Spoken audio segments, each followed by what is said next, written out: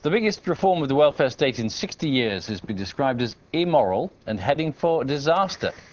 Yes, just yesterday, Church of England bishops said the changes could drive children and families into poverty, but the government's defending its plans for benefit caps and cuts, saying the budget is out of control.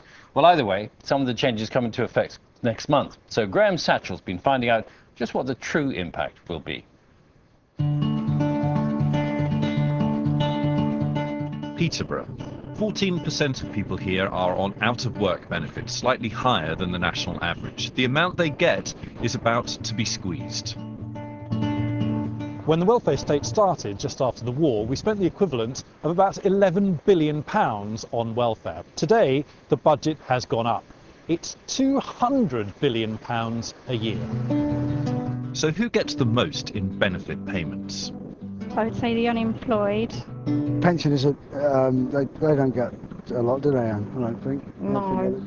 I think probably that category at the moment. People on low incomes? Yes. This is how the budget is spent.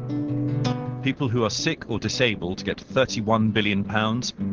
Families with children, £37 billion. People on low income, which includes tax credits and housing benefit, £42 billion. Pensioners, £85 billion, by far the largest. And the unemployed? Job seekers' allowance came to £5 billion last year. The government says the welfare budget is too high, is out of control, and it's too easy for people to live on benefits. So they're introducing a whole raft of changes that come into effect in the next 2 weeks. Guiding us through the labyrinth, benefits expert Healey. Pensioners may get the largest share of the welfare budget, but they've been largely unaffected by the changes. The government will save most money by using caps. Job seekers' allowance, maternity pay, child tax credit, working tax credit, income support and others. Instead of inflation, they'd all go up by 1% a year for 3 years. This cap will affect millions of benefit claimants, from job seekers to lone parents and families with children. As prices rise and inflation goes up, you can imagine that people on low incomes will technically be squeezed through this cap. And there's another cap. The total amount a household can claim will be capped at £26,000 a year, the average wage. The government estimate that around 56,000 families will be affected by the benefit cap in the first year. This will especially affect families with children and families with higher housing costs like rent. There are other changes happening in April. Disability benefits will start to be reformed. Housing benefit will be cut for people deemed to have more bedrooms than they need. The budget for council tax benefit will be cut by 10%. On their own, each change may not seem huge.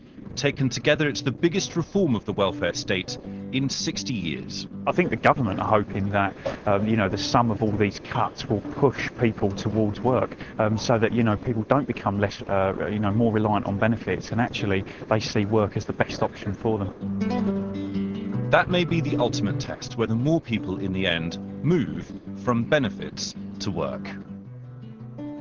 And Graham joins us now. Very good morning to you, Graham. So over the weekend we had the Archbishop of Canterbury arguing the moral case, but the government fighting back this morning, we see, saying that they're confident that this is going to see more people in work? Yes, and also saying that it's not moral to leave people on a life of benefits. The governments are extremely bullish about this, and they think that they've got public opinion on their side, which has hardened against this increase in benefit payments. Government is basically saying the welfare budget is too high, that it's out of control, that people are today living on benefits, which is never what the system was designed to do. The welfare state was set up as a safety net, if you like, not a comfort blanket, which is what some people see it as today. And for them, it's become a disincentive to work. So you're getting so much money on benefits that you think, well, it's not worth my while going back to work, and they want to change that. And then on the other side of the argument, you do have the bishops, and effectively it is a left-right split, I think, politically. So the Labour Party saying it's not fair, actually, that the people who are being punished in all of this are the children, people with disabilities, people already at the lowest end of the income scale, the vulnerable. It wasn't their fault that we've got this massive deficit. Why are they being penalised? And then there are other bigger sort of thoughts and questions, I think, in all of this. The Conservative Party in particular said that, is it fair, for example, that you go out to work and you see your next door neighbour who's on benefits and they're getting an increase in their benefit year after year, where your wages have stagnated?